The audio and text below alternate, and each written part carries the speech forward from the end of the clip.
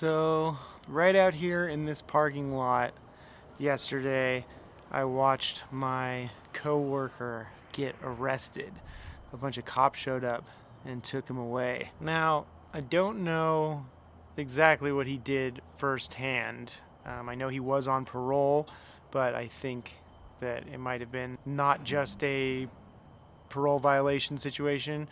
But I'm not really going to speak on that because I don't know firsthand exactly what he did, and that's not the point of me talking about this anyway. The reason I'm talking about this is because I just kind of wanted to reflect on how it made me feel. So basically what happened was I was on the forklift. We had a bunch of product out here in the parking lot because the warehouse was full, and it was getting closer to the end of the day, and I was bringing all the product back inside before we were going to close up, and I was walking out to look at how much product we had left, and this car drives up right in front of me and gets out with a bunch of groceries. Some of the other employees here order DoorDash or Uber Eats or whatever, and he hops out of the car and is like looking around for who to give this to, and it wasn't for me, so I kind of turned around looking for who might have ordered it, and here comes my coworker out, just a big smile on his face. We had just been joking around with each other all day. We were talking,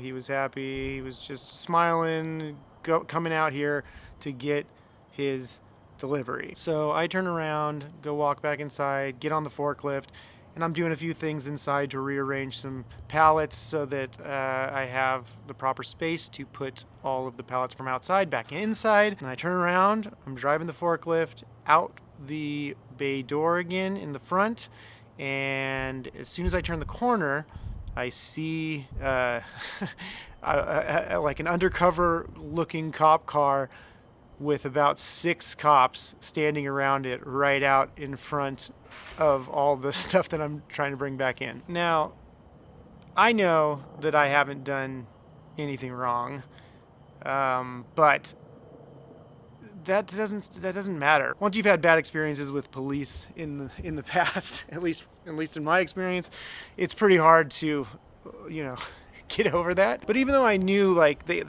there's no way that they're here for me, because I know that, I don't know, but there's always this, everything goes through your mind, like, was there a mistake? What's going on? Like, why are they here?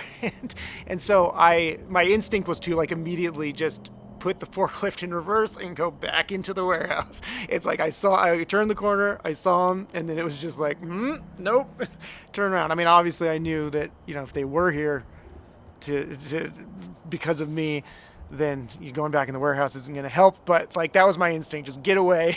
and I went back in the warehouse and I started doing stuff in the warehouse. The other bay doors were open over here, and so the forklift was kind of going back and forth. And the next thing I know, one of the cops starts walking up to the bay door and saying, Brian. And I'm just like my instinct was just to be like, nope, that's not me.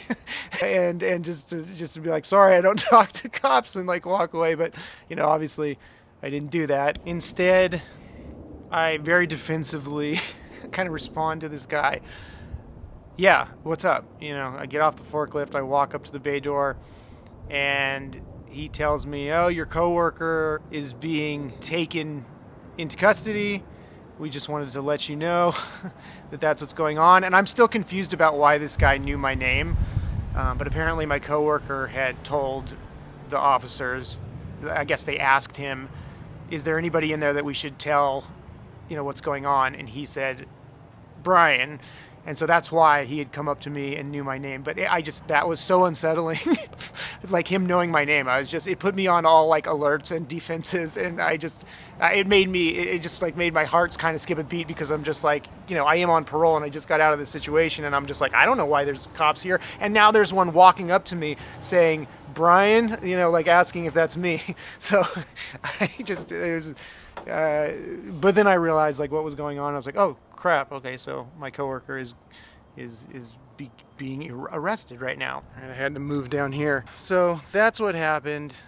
Like I said, I am not really speaking on whether my coworker deserved for that to happen to him or not. I'm not really sure what went down, but it just reminded me of the moment when I got arrested. It was very kind of jarred me back into that moment. What it was that got me just kind of feeling so unsettled after witnessing this was how carefree and nonchalant and just hanging out and just going through his day he was just moments before that happened. You know, you never realize when something big like that is going to happen, when some huge change is just about to take place. You know, we're just all going through our days, our day-to-day lives, and you know, he was doing the same. He was just grabbing his order from the delivery guy, just a huge smile on his face, just hanging out, just, you know, going through his day, and then, you know, he's just gone. They just show up and they take him, and he's gone for who knows how long.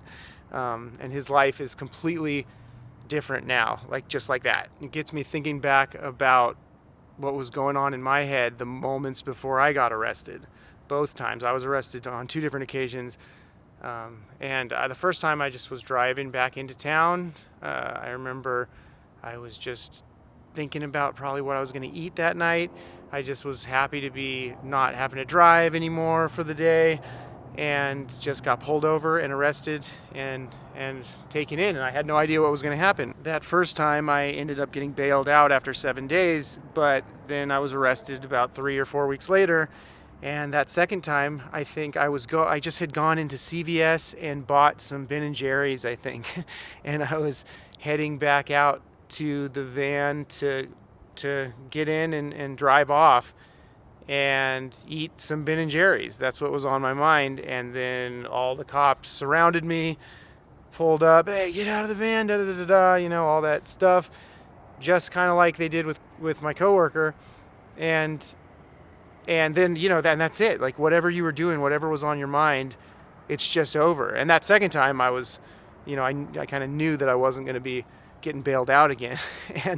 and I had new charges. And so I had no idea what was going to happen. And, you know, I ended up getting locked up for a 3 to 10 year sentence. You know, it was that fast. As much as I should have known that I was in a bad place, and it was very likely that was going to happen.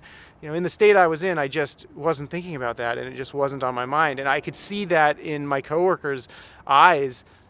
It flashes in my head. I can see it perfectly now, just him walking out and the smile on his face and just saying what up to him. Like, that was where he was at too. You know, it was just like me. I was just thinking about what I was going to do next, and then all of a sudden it's just, you're swept away and it's over, and your life is just on a completely new trajectory. It's like being abducted and taken to a different universe. And just seeing this happen, you know, brought all that back for me. And it just made me feel just uneasy and sad and weird, you know, for the rest of the day, you know, not to mention just the interaction with the cops that I had that also unsettled me for, you know, totally other reasons. It's just such a strange thing to be wrapped up in the criminal justice system. And, you know, obviously some people need to be, some people don't. It's, you know, some people are just in there and they shouldn't be. Some people absolutely should be in there. So I'm not speaking on any of that. It's just as, you know, someone who's been through it, had a firsthand experience of like the whole process. And just everything that happens. Like, it's just it's a strange, weird, like thing. It feels like existing in an alternate dimension for a little while or something. Because when you get taken in, like everything in your life, whatever you have going on, whatever it is, like whether you have a mortgage or bills to pay or kids or whatever, it's just all of that stops. All of that just stops. Your job's gone, everything's going to collections, your house is getting repossessed or whatever, your cars are getting repossessed, your wife is leaving you, the kids, you know, you may not ever have custody again. I mean, it's like being wiped out, like completely. It's such a crazy thing. Anyway, I'll just end by saying that things can change suddenly, not just when we're talking about getting arrested, but anything in life, you know.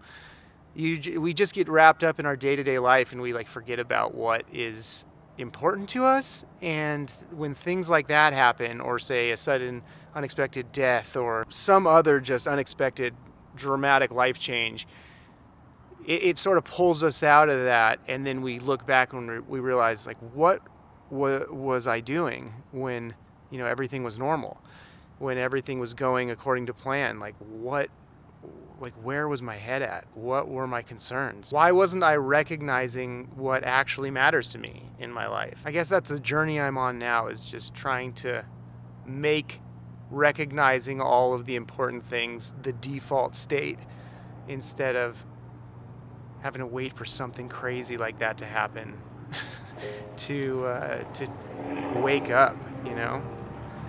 Anyway, thanks for letting me share that with you, and I'll see you soon.